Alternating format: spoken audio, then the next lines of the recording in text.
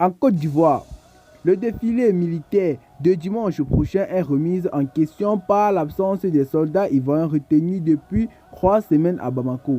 Pour plus d'informations, c'est parti après notre petit générique.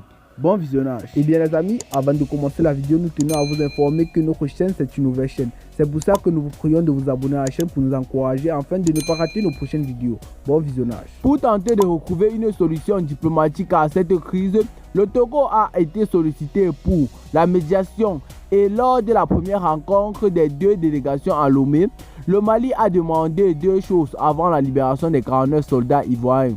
D'abord que la Côte d'Ivoire exprime officiellement le regret, mais aussi que soient extradés des ressortissants maliens vivant en Côte d'Ivoire et recherchés par la justice malienne. Mais la Côte d'Ivoire a rejeté ces deux conditions. En tout cas, c'est pour le moment. Cela fait déjà aujourd'hui plus de 3 semaines que les tensions sont tendues entre la Côte d'Ivoire et le Mali. Le 11 juillet que les 49 militaires ivoiriens ont été arrêtés à l'aéroport international de Bamako, précisément au Mali. Depuis lors, les relations entre ces deux pays voisins sont tendues. C'est dans le contexte que la Côte d'Ivoire s'apprêtait déjà le 7 août à commémorer le 62e anniversaire de son indépendance à Yamoussoukro, la capitale politique. Un défilé militaire est prévu, mais il est compromis si les militaires ivoiriens ne sont pas libérés.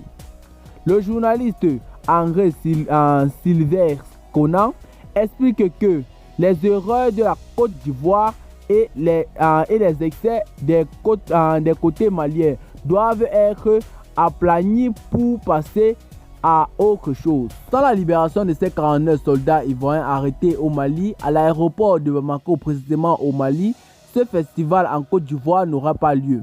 C'est bien fâcheux pour les collègues de ces soldats et bien frustrant pour leurs familles et aussi pour ces soldats eux-mêmes. La fête de l'indépendance ne devrait pas se dérouler en Côte d'Ivoire sans la libération de ces soldats, d'autant que cette détention est totalement injuste, affirme le journaliste. Et bien les amis, c'était tout de ce qui était pour notre petite note informative. Si vous avez trouvé la vidéo intéressante, n'oubliez pas de cliquer sur le petit bouton soutien en bas de votre petit écran pour vous abonner à la chaîne si ce n'est pas encore fait. Activez la cloche de notification afin de ne pas rater nos prochaines vidéos. Et à très bientôt pour nos prochaines vidéos. S'il vous plaît, partagez la vidéo aussi avec vos amis. Bye bye.